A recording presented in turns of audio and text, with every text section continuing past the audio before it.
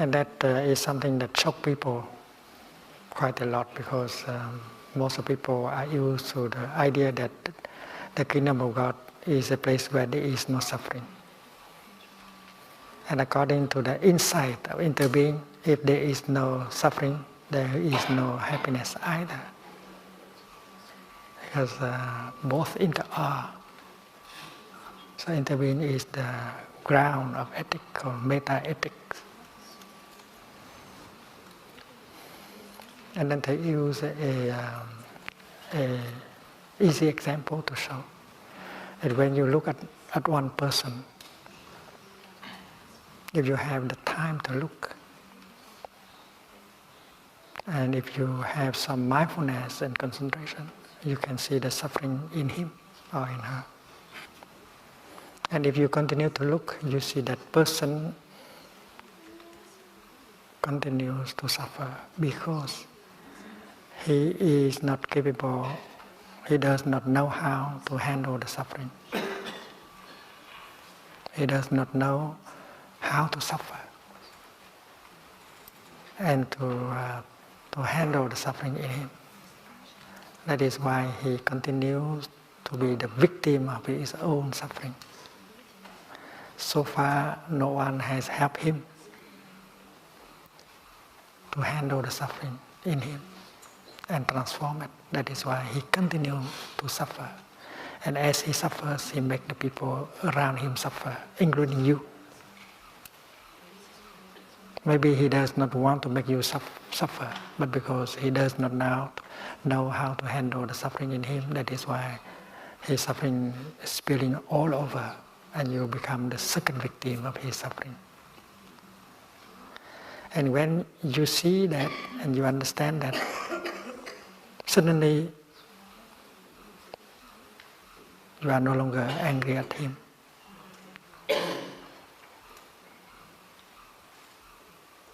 You don't want to punish him anymore. Instead, you want to say something or to do something to help him suffer less.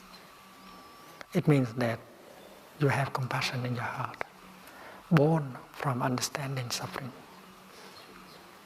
So compassion is something that is born from suffering, from understanding suffering. And it is easy enough to understand. Compassion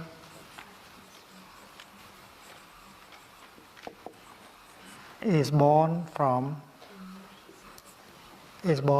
understanding. And understanding of what? Understanding of suffering.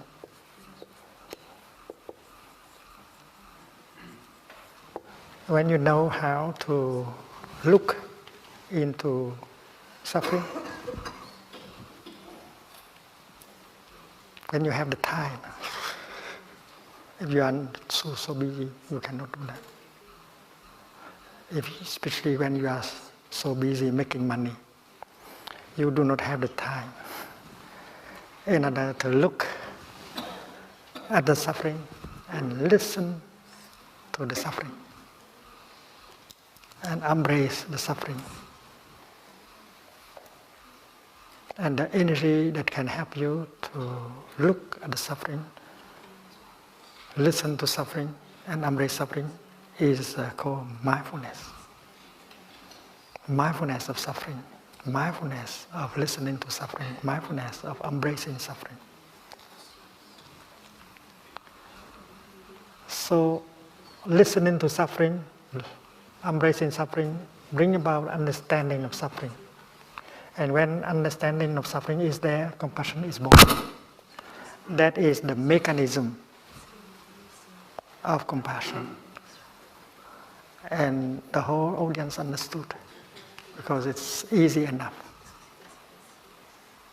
And that is why between compassion and suffering there is a connection.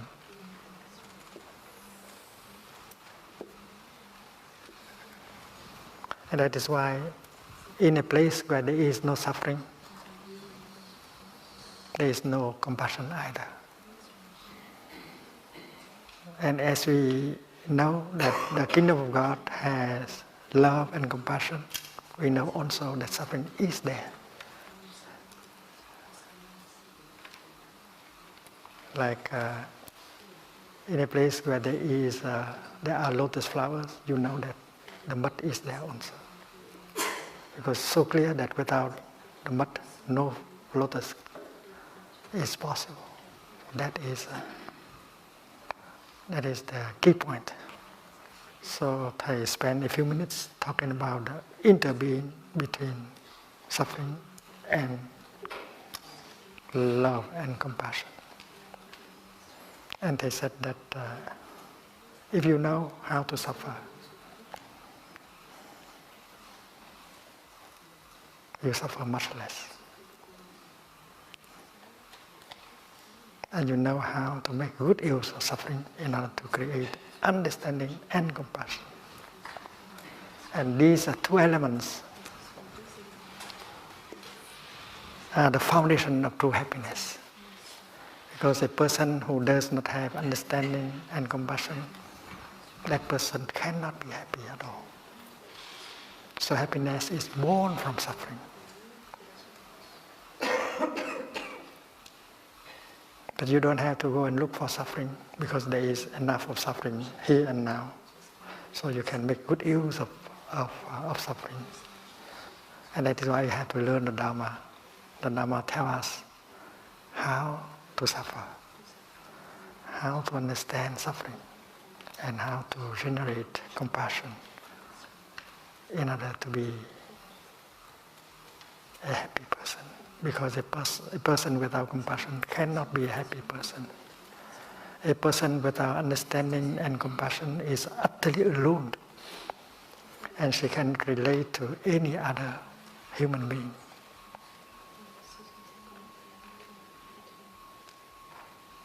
And corporate leaders who are very, very rich, very wealthy, can be very lonely.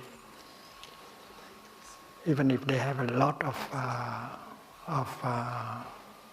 money, but if they do not have enough compassion, they don't have compassion, and then they are utterly lonely. Money cannot make their happiness. So happiness is made of compassion, of love and understanding. So they took time to explain like that. And that is the first thing that is shocking for the audience.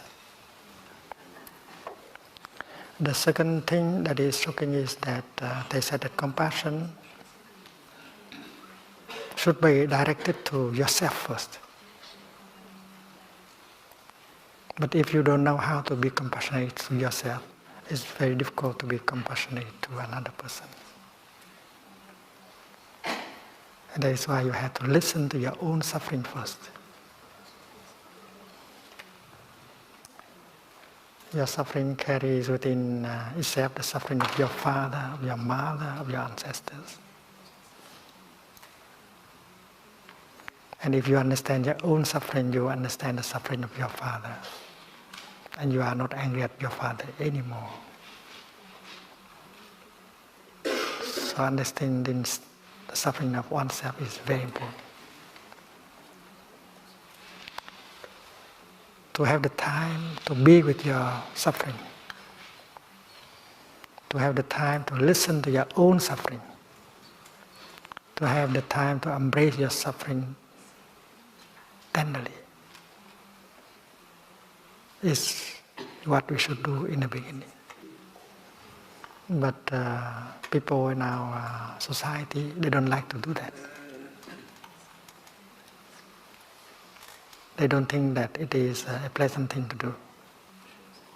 They don't want to go home to themselves and get in touch with the suffering inside because they are afraid that they will be overwhelmed by the suffering inside. That is why most people try to run away from themselves. They use internet, music, electronic games, conversations, magazines, books, food in order to get for a while the suffering in them. And that is one of the characteristics of our civilization, running away from oneself.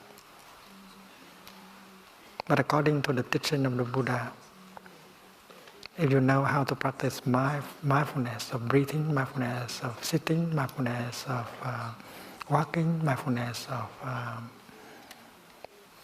your action, your speech, and your thinking, and then you are equipped with that kind of energy, and then you can go home to yourself without fear, in order to listen to your own suffering, to embrace your suffering, and finally to understand it. When you understand suffering, compassion is born in you, and you suffer less. Now you can help the other person, your partner, your father, your son, your daughter.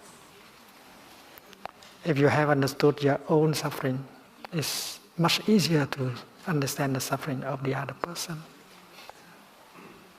And when you understand his or her suffering, you are no longer angry at him or her.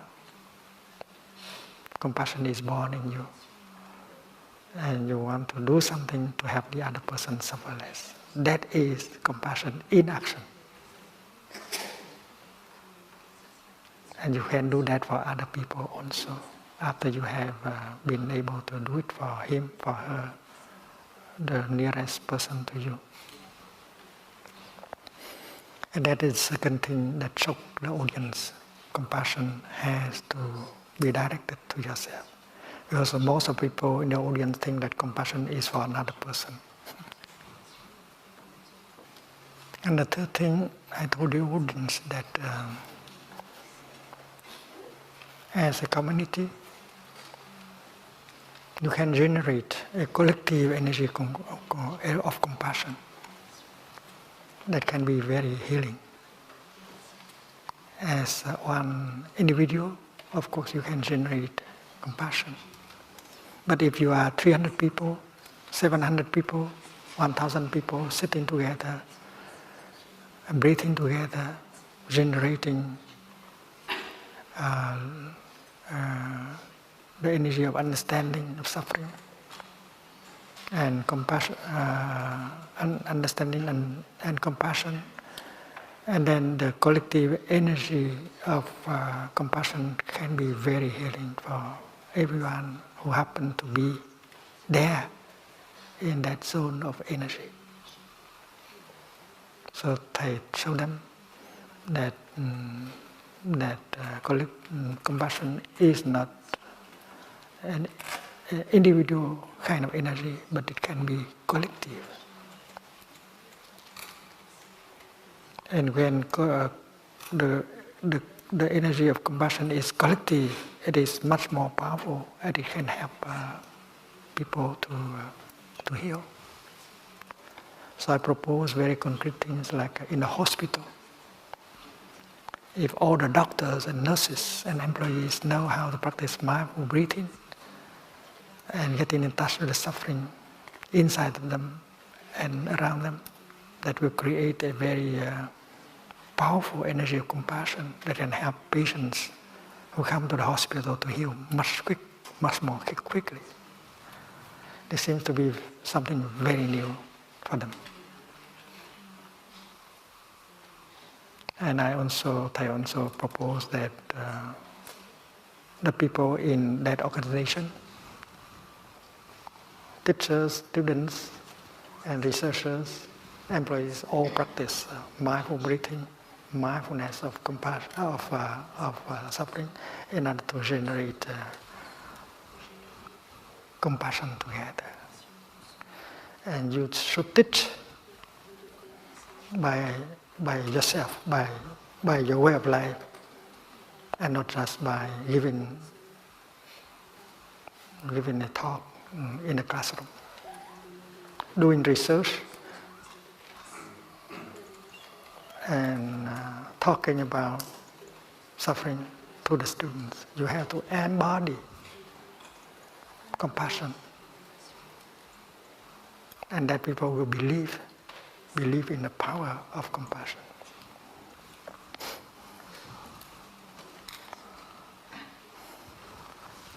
We have answered quite a number of questions, but there are many questions that are left unanswered.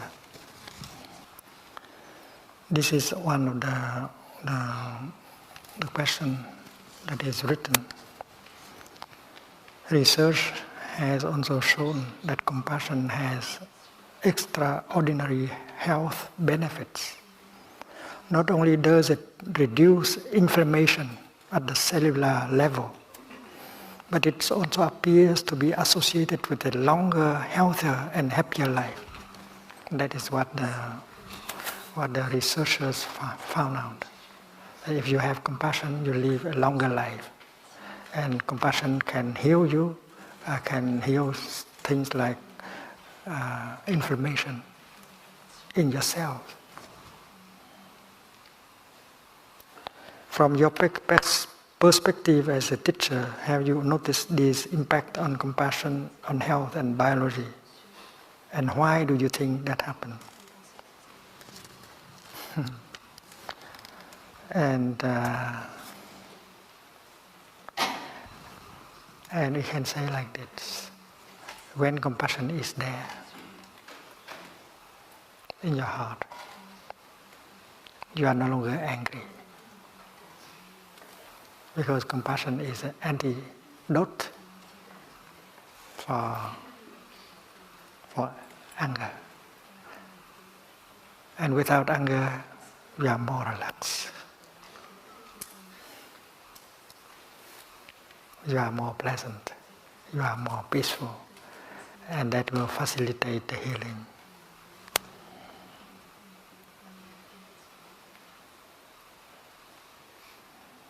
And when you do not have anger, you can communicate with yourself much more easily.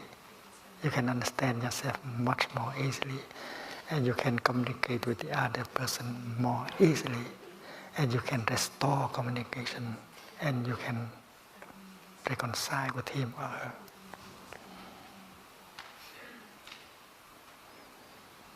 Anger blocks communication. And that's why when you are able to generate compassion, it transforms anger, and then you restore communication. And if communication is restored, everything is possible again. And compassion is the kind of energy that motivates you to do something to help people who suffer. That gives you an ideal, that gives you a meaning to your life. And that is why you live long and so on.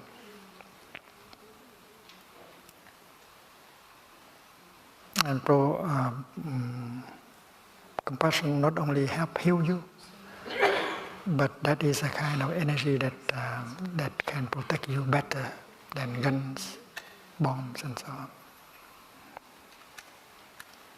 If you have compassion in yourself, in your heart, and then that energy of compassion will protect you from many kinds of dangers.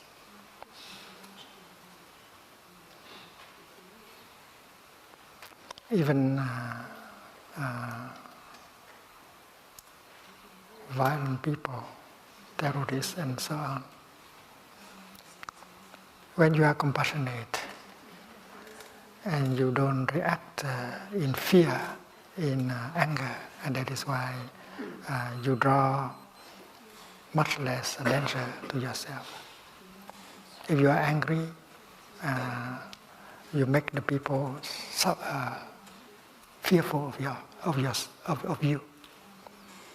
And if they are fearful, they will attack you, being afraid that you will kill them or attack them first. That is why compassion protects you and also protect the other person. And in the Buddhist teaching, The Buddha taught that if you can produce compassion and prevent a kind of fate to happen, you win. You win for both people. You win for him and for you at the same time. That is a real victory. The governor Badya, before he became a monk, under the guidance of the Buddha, he was very afraid because he did not sleep well. Because people are ready to go into his palace in order to steal his wealth and kill him. So even he was protected by many soldiers. He was always very afraid during the night. He's afraid that someone go into the castle and kill him and get all his valuables.